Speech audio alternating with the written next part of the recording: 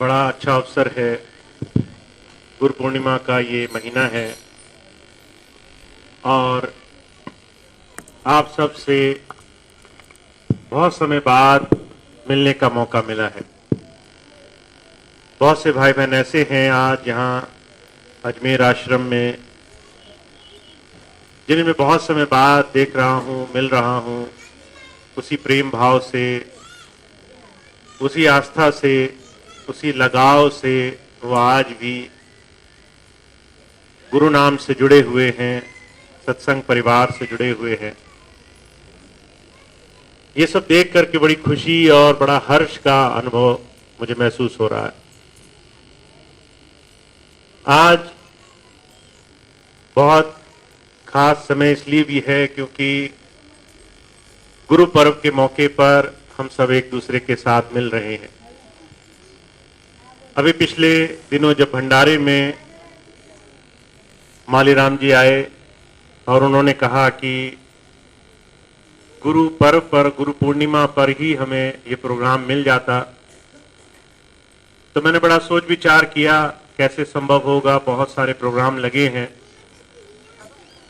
पर फिर कुछ ऐसा मौका बना, प्रोग्राम बन गया और आप सबके दर्शन करने का भी मौका मिल गया। गुरु पर्व सिर्फ गुरु और शिष्य के बीच एक नाम, एक सच्ची धारा को समझने जानने की कड़ी के कारण बड़े ऊंचे उद्देश्य से बना है। बाकी सारे त्योहार किसी न किसी रूप में, किसी न किसी महापुरुष, किसी न किसी देवी देवताओं के, किसी न किसी भक्ति और साधना के कारण बने हैं। गुरु पर्व सिर्फ गुरु और शिष्य के बीच जो एक प्रेम, एक साधना जुगों जुगों से चली आ रही है, उस बात का प्रतीक है। जब भी हम किसी को अपने इष्ट के रूप में, साध के रूप में देखते हैं, जब भी हम गुरु रूप में किसी के साथ जुड़ जाते हैं, शिष्य बन जाते हैं और अपने जीवन में कुछ सीखने की शुरुआत करते हैं, जीवन में आंतरिक रौब पर आगे बढ़ने की, जीवन को और सफलता के, परमार्थ के करीब पहुंचाने के लिए जब हम शुरुआत करते हैं, तब गुरु और शिष्य का नाता बनता है। और जो सुरत शब्द योग का रास्ता है, गुरु तो वैसे संसार में बहुत से हैं, जो पढ़ाई लिखाई का ज्ञान दे वो भी गुरु है, जो जीवन का ज्ञान दे, व्यवहारिकता का ज्ञान दे वो भी गुरु है, जो काम काज में आगे बढ़ने में मदद करे वो भी कहीं ना कहीं हमारे लिए गुरु का ही रूप होता है। जो भी कहीं ना कहीं हमें हमारी रुकावट से आगे बढ़ने का रास्ता दे वो गुरु है। पर जो आध्यात्मिक धारा से जोड़े, नाम से जोड़े, प्रभु भक्ति की बात करे, ऐसे गुरु को बड़े ऊंचे शब्दों में बयान किया गया है। और ऐसी धारा के लिए हम महाराज जी से, स्वामी जी से जुड़े हुए हैं। नाम शब्द की धारा से हमने शिष्य होने का, गुरु के चरणों में बैठने का एक संकल्प उठाया हुआ है। पर हुजूर कहा करते थे, जैसे दुनिया की हर एक शिक्षा, हर एक तालीम बहुत कठिन दौर से होकर गुजरती है। अगर किसी बच्चे को, जिसको पढ़ना लिखना ना आता हो, बिल्कुल शुरुआती कदम हो उसकी पढ़ाई का, ना वो काखा लिख सके, ना ABCD लिख सके, ना 1 2 3 लिख सके, उसके लिए ये दौर बड़ा मुश्किल गुजरता है। हर एक चीज जो वो सीखता है वो बड़ी कठिन, बड़ी परीक्षाओं की घड़ी से होकर गुजरती है। पर जैसे जैसे हम उसमें बेहतर होते जाते हैं, पारंगत होते जाते हैं, उसके बाद कोई नहीं सोचता कि लिखना कैसे है, जोड़ घटा कैसे करना है, बोलना कैसे है। जो तमाम शिक्षाएं हमने अपने प्रारंभिक जीवन में शुरुआत में ली, एक समय के बाद हमें सोचना भी नहीं पड़ता कि उसका इस्तेमाल कितनी आसानी और सहजता से किया जाए। ठीक उसी तरीके से प्रभु भक्ति का रास्ता शुरू शुरू में बड़ा कठिन होता है। कारण क्या है?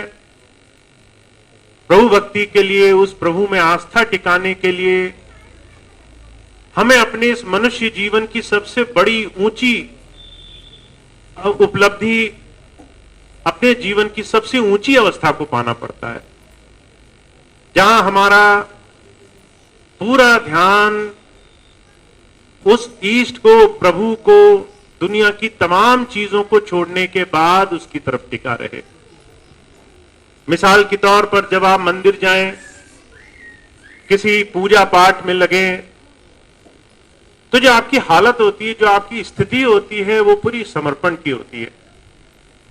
आप सारे काम पीछे छोड़ देते हैं, आप हाथ जोड़ लेते हैं, आंखें बंद कर लेते हैं, आप पूरी ध्यान, पूरी श्रद्धा से प्रार्थना की स्थिति में आ जाते हैं। अब जिसकी भी आप प्रार्थना कर रहे हैं, चाहे वो मंदिर हो, चाहे पूजा पाठ हो, चाहे कोई भी साधना हो, उस वक्त न शरीर का ख्याल है, न काम काज की चिंता है, न जीवन का ख्याल है। आप थोड़ी देर जिसके भी सामने सर झुका रहे हैं, अपनी सबसे ऊंची अवस्था में है। आपको दुनिया की किसी चीज में उस वक्त कोई लालसा नहीं सता रही। महाराज जी कहा करते थे, जो सूरत शब्द योग का रास्ता है, जो गुरु देने के लिए आया है और जो पाने के लिए हम शिष्य बने हैं, हमें ये बात समझनी है कि ये हमारे इस मनुष्य जीवन की, इस शरीर की सबसे ऊंची अवस्था है। वो अवस्था जहां पर दिनचर्या में किए जाने वाले सारे काम, चाहे वो दुनिया का कोई भी काम हम करते हो, कारोबार हो, परिवार हो, अपने भूत भविष्य की चिंताएं हो, रोग हो, शरीर हो, इन तमाम चीजों से एक स्तर ऊपर जब आप प्रार्थना करते हैं, पूरे प्रेम भाव से समर्पण करते हैं, अपने मालिक की 2 घड़ी याद करते हैं, याद करके सब कुछ उसके आगे निछावर कर देते हैं, उस वक्त आपको अपना कोई भी नजदीकी, कोई भी संबंधी, पति पत्नी बच्चे कोई भी याद नहीं रहते, आपको अपनी भी सुध-बुध नहीं रहती। वो क्षण भर का जो बड़ा ऊंचा स्तर, बड़ी ऊंची अवस्था हम अपने जीवन में ला करके उस मालिक की याद करते हैं, वो योग, वो जुड़ाव, वो प्रभु भक्ति का रास्ता गुरु देने के लिए आता है, सूरत शब्द योग का। अब ऐसे योग को पाने के लिए महाराज जी कहा करते थे, अगर थोड़ा कष्ट उठाना पड़े और दिनचर्या में अगर थोड़ा सा वक्त देना पड़े उस मालिक को, चलते फिरते से ही, सुबह शाम उठते से ही वो समर्पण भाव लाने के लिए अगर थोड़ा सा समय निकालना पड़े, तो ये हमारे उस जीवन में, उस दिन में सबसे बेशकीमती समय हुआ, सबसे बहुमूल्य समय हुआ, सबसे जीवन का सबसे ऊंचा क्षण हुआ जो हमने उस मालिक की याद में गुजार दिया। गोस्वामी जी ने कहा है, एक घड़ी आधी से पुनियाद, तुलसी संगत साध की हरे कोट अपराध। जरा सा क्षण भर का समय उस प्रभु की याद में गुजारने का एक नियम हमारे जीवन में हमें ऐसी प्रभु भक्ति, ऐसी साधना की तरफ ले जाता है जो हमारे इस जीवन की संपूर्णता का आधार है। तो हम सब बड़े भाग्यशाली हैं, गुरु पूर्णिमा के इस माह में, इस महीने में, इस अवसर पर हम गुरु की याद करके फिर से इस धारणा को बड़े पवित्र, बड़े ऊंचे स्थान पर ले जाने के लिए आए हैं। मुझे बार बार ये बात इसलिए भी कहनी पड़ती है क्योंकि नाम लेने के बाद गुरु चरणों से जुड़ने के बाद बहुत कम ही लोग हैं जो इस मर्यादा का, इस बहुत ऊंची अवस्था का ध्यान रखते हैं। जब तक हम इस बात का ध्यान नहीं रखें, महाराज जी कहा करते थे, दो गुरु प्रेमी साथ बैठे और गुरु चर्चा न हो तो वो गुरु प्रेमी कैसे हुए। अगर दो शराबी साथ बैठे और शराब पीने की एक बार बात भी ना कहें तो उन्हें कोई शराबी नहीं कहता। जुआरी हो पास बैठे और जुए की उन्हें याद ना आ जाए, कोई लत करने वाला हो और दूसरे उसने ही स्वभाव के आदमी के साथ बैठे और वो ये ना कहे कि मुझे कुछ नशा करा दो, ये बात संभव नहीं है। ऐसे ही गुरु प्रेमी की पहचान तब होती है जब वो किसी दूसरे प्रेमी के पास बैठे और गुरु चर्चा में लीन हो जाए, बिना किसी बात के कहीं ना कहीं उसके मुंह से गुरु चर्चा निकलने लगे। तो ये गुरु चर्चा करने से, गुरु की याद करने से, गुरु का ध्यान करने से, गुरु को अपने मन में बसाने से हमारे जीवन में गुरु भक्ति की शुरुआत होती है। और बहुत से लोग इस बहकावे में हैं, इस भुलावे में हैं कि वो बहुत ऊंची अवस्था में पहुंचे हुए हैं। मैं सिर्फ अपना उदाहरण लेता हूं। मुझे किसी के ऊपर कोई आंकलन करने की, किसी को कुछ भी कहने की अवस्था नहीं। आज से 10 साल पहले जब मैंने धीरे धीरे आश्रम की स्थिति और आश्रम की व्यवस्था देखते हुए ये पाया कि हम जहां बैठे हैं, जिस स्थान पर बैठे हैं, वहां पर अगर गुरु नाम की चर्चा ही सबसे बड़ा और सबसे जरूरी हमारे जीवन का अंग ना हो तो फिर उस स्थान पर बैठने का कोई फायदा नहीं। पर दुख इस बात का होता था कि कहीं ना कहीं कुछ न कुछ मनमुखी, कुछ न कुछ कामी क्रोधी, कुछ न कुछ संसार के और तमाम लेन देन में उलझे हुए लोग हर तरीके से ये कोशिश करते रहे कैसे गुरु चर्चा पर मनमुख और संसार की चर्चा हावी रहे। और बहुत सारे कारणों में ये बात ऐसी बनी जिसकी वजह से मैं बड़ा विचलित रहा और धीरे धीरे अवस्था ऐसी बन गई कि निर्णय यही हुआ कि मुझे बाहर जाना चाहिए। मैं बाहर रहा और बाहर तमाम दुनियादारों से मिला। मुझे बड़ी संजीदगी दिखाई दी।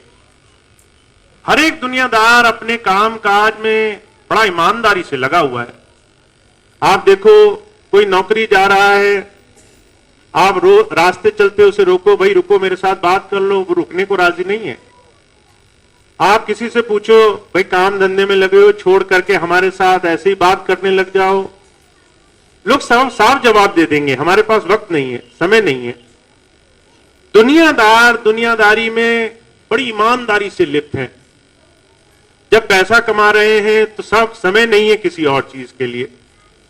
जब किसी और काम में उलझे हैं, समय नहीं है किसी और चीज के लिए।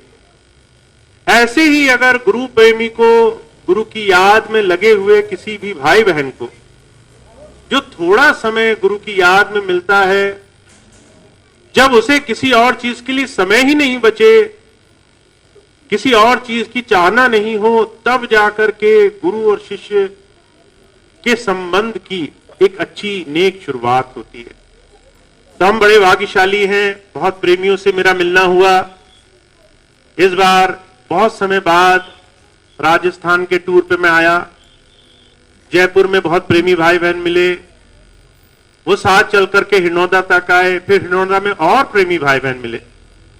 ऐसे भाई बहन मिले जिन्हें ये सुध-बुध नहीं थी कि हमारे घर में कौन कौन है। खुद बाहर घूम रहे थे, संगत उनके घर में चारों तरफ घूमी हुई थी, हर तरफ संगत ही संगत थी। मुझे देख के लगता था कि अगर इनमें ये ढूंढना पड़े कि घर का मालिक कौन है तो शायद ही कोई दिखाई दे। ऐसी अवस्था प्रेम की, गुरु की साथ संगत की, सेवा की, कि किसी को अपनी सुध-बुध नहीं, कैसे किसी प्रेमी के लिए वो साधन बना दें कि उसको गुरु की याद के बीच में जरा सी भी तकलीफ ना हो।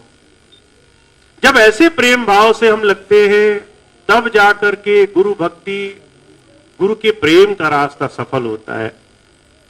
तो भाइयों बहनों, मैं आपसे सिर्फ ये बात कहता हूं कि मैं और मेरे आपके बीच में आने के बीच में सिर्फ एक ही धारणा है कि हमें दुनिया की दूसरी तमाम चीजों से कोई और किसी और तरीके का वास्ता हो तो हो, पर गुरु प्रेमी से, गुरु का, गुरु चरणों से जुड़ने का वास्ता जरूर होना चाहिए।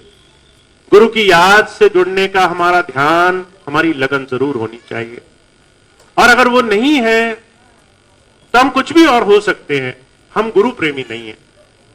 हम कुछ भी और हो सकते हैं, गुरु और शिष्य के नाते को हम पावन नहीं कर रहे हैं। उस पावन नाते को हम दुनिया को बखान करते रहें।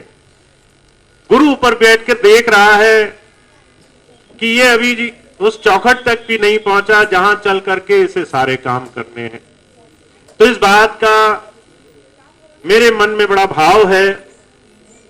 दुनिया में कोई कुछ भी कहे, मैं इस चीज को बड़ी मान्यता देता हूं कि अगर हम सही मायनों में सेवा और गुरु प्रेम में नहीं लगे हैं तो फिर हमें ऊंचे स्थान की कोई आवश्यकता नहीं है। वो स्थान हमें न्याय नहीं दिला पाएगा। और इसीलिए मैंने संकल्प लिया, आप सब जानते हैं, बहुत से लोग जो अभी 3-4 महीने से कभी भी मेरी बात सुनते रहे होंगे, हमने संकल्प लिया कि हम ये गुरु का मंच है, गुरु की जो स्थान है जहां पर गुरु जी बैठ करके अपनी बात कहते थे, उसको फिर वो पावन स्थान दिलाएंगे, ताकि उस स्थान पर गुरु प्रेम और गुरु की सेवा का, साथ संगत की सेवा का ऐसा उदाहरण करने वाला ही बड़े प्रेम भाव से बैठे। और जब बैठे तो गुरु की याद करे, गुरु का ध्यान करे, गुरु सेवा का बड़ा अनुपम उदाहरण प्रस्तुत करे।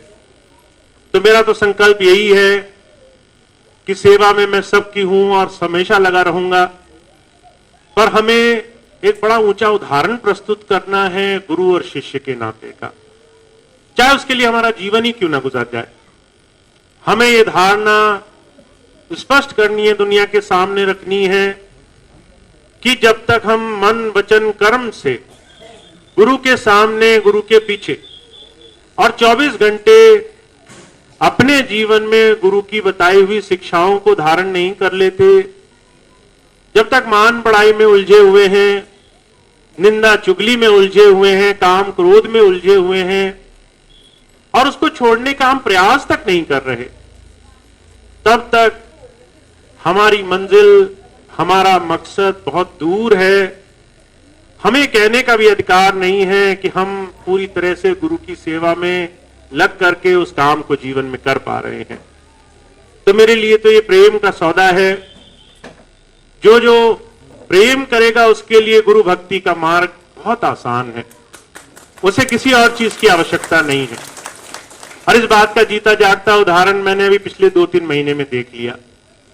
जहां जहां लोग व्यवस्था में लगे थे वो फेल हो गए, जहां जहां लोग गुरु प्रेम में, गुरु की साथ संगत की सेवा में लगे थे, अपना सब कुछ निछावर करके गुरु की सेवा में लगे थे, वो भारी नंबरों से पास हो गए।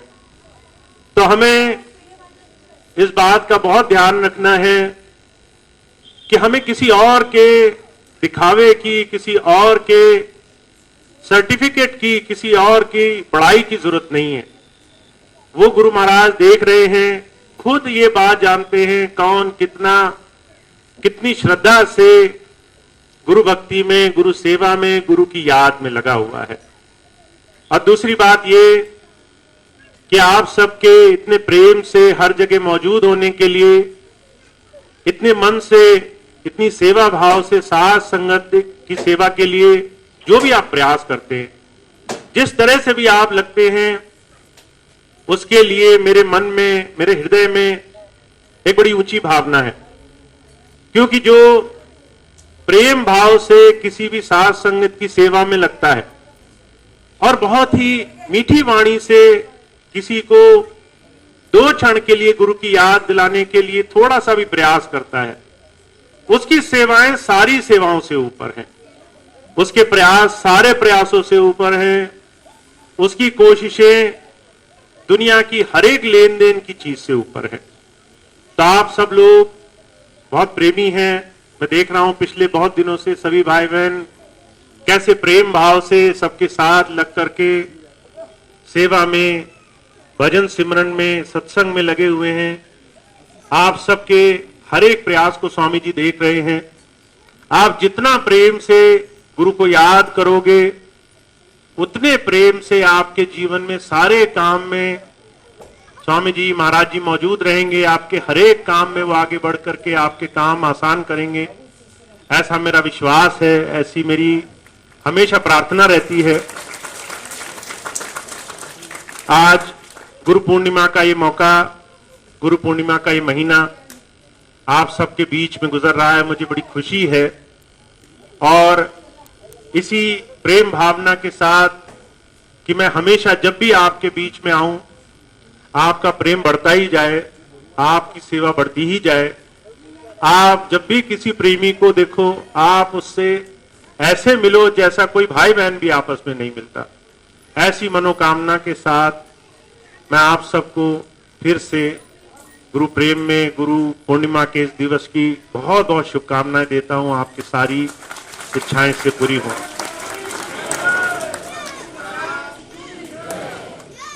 एक दो सूचनाएं मैं आपको बताऊंगा, आप लोग उसका लाभ उठा लेंगे।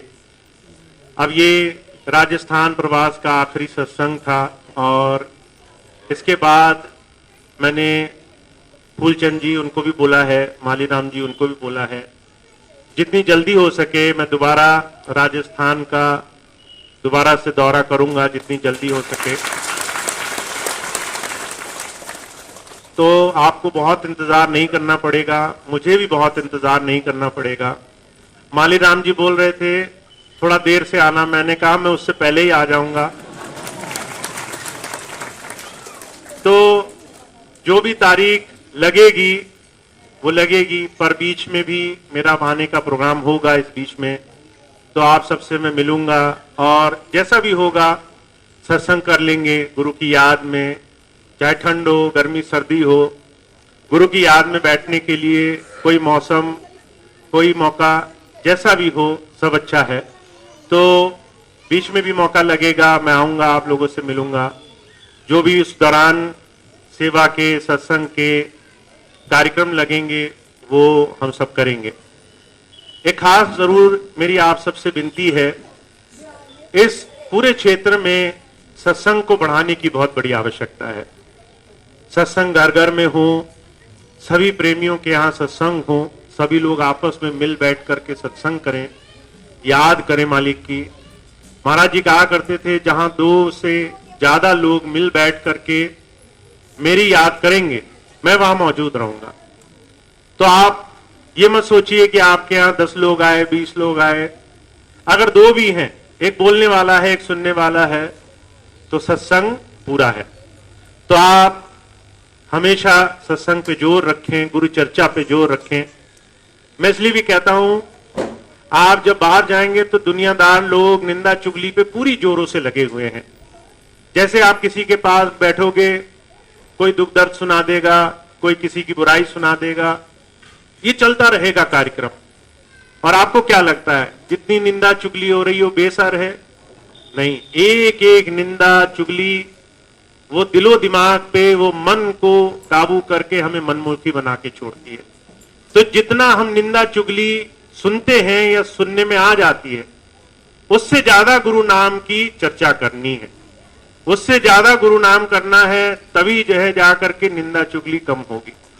तो जन जन में सत्संग होवे, घर घर में सत्संग होवे, और हर एक भाई बहन उतावला होवे कि हमारे यहाँ सत्संग हो जाए। चाहे हम 2 हो, 4 हो, वो सत्संग जरूर रखाने की बात कहे। चाहे प्रसाद की कोई व्यवस्था ना हो, सूखा चना खिला के भेज दे, पर जो है सत्संग जरूर होवे। चाहे पानी पिला के भेज दे, सत्संग जरूर होवे। ऐसा अभियान चलाना है, घर घर में सत्संग हो। तो इसका हम बहुत प्रयास करेंगे।